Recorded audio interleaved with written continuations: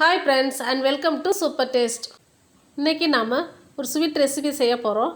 அது என்னன்னு பார்த்தீங்கன்னா ரசகுல்லா. இது ஒரு பெங்காலி ஸ்வீட்.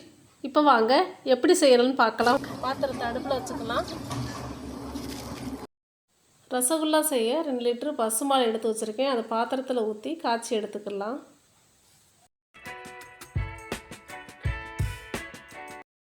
பால் நல்லா பொங்கட்டும்.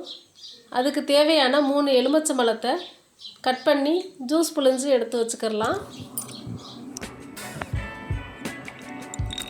லெமனை வடிகட்டிட்டு பால் நல்லா பொங்கிருச்சு.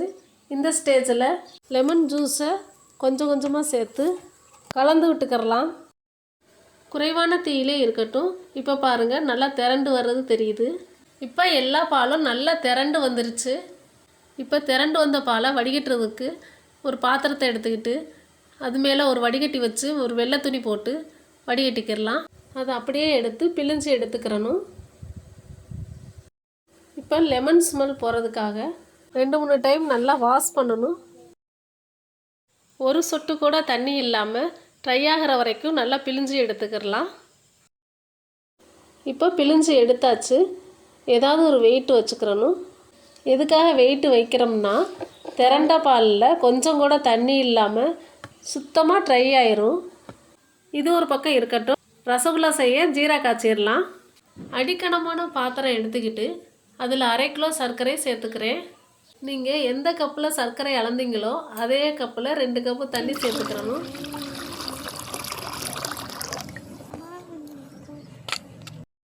இப்போ இதை ஓப்பன் பண்ணி பார்க்கலாம். இப்போ பாருங்கள், நல்லா ட்ரை ஆயிடுச்சு. இந்த மாதிரி கன்சிஸ்டன்சியில் இருக்கணும். கை வச்சு நல்லா அழுத்தம் கொடுத்து பிசையணும். இந்த மாதிரி சப்பாத்தி மாவு பதத்துக்கு பிசைஞ்சுக்கிறணும். எவ்வளோக்கு எவ்வளவு அழுத்தம் கொடுத்து பிசைகிறோமோ ரசகுல்லா அப்போ தான் சாஃப்டாக இருக்கும்.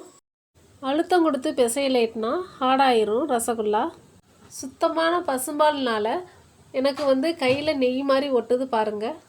இது ஒரு பால் சைஸுக்கு உருட்டி எடுத்துக்கிடலாம். நீங்கள் எந்த சைஸ் உருட்டி எடுக்கிறீங்களோ அதை விட இது டபுள் ஆயிரும். அதனால் நார்மல் சைஸுக்கே உருட்டி எடுத்துக்கிறங்க. இதே மாதிரி எல்லா உருண்டைகளையும் உருட்டி எடுத்துக்கிடலாம்.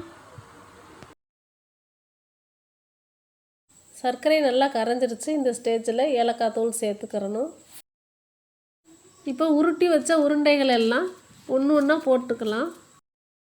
பால்ஸ் எல்லாத்தையும் போட்ட உடனே மூடி வச்சிடணும்.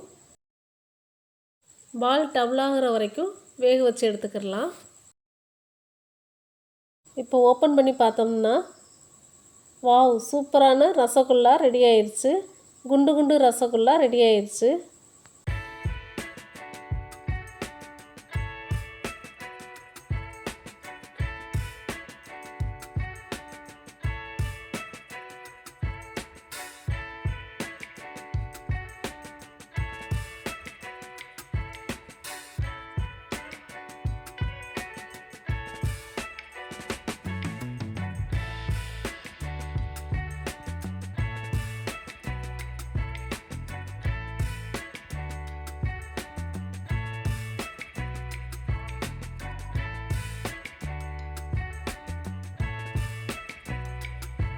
இந்த மாதிரி சாஃப்ட் அண்ட் ஜூஸியான ரசகுல்லா நீங்களும் வீட்டில் ட்ரை பண்ணி பார்த்துட்டு எப்படி இருக்குன்னு கமெண்ட் பண்ணுங்கள்.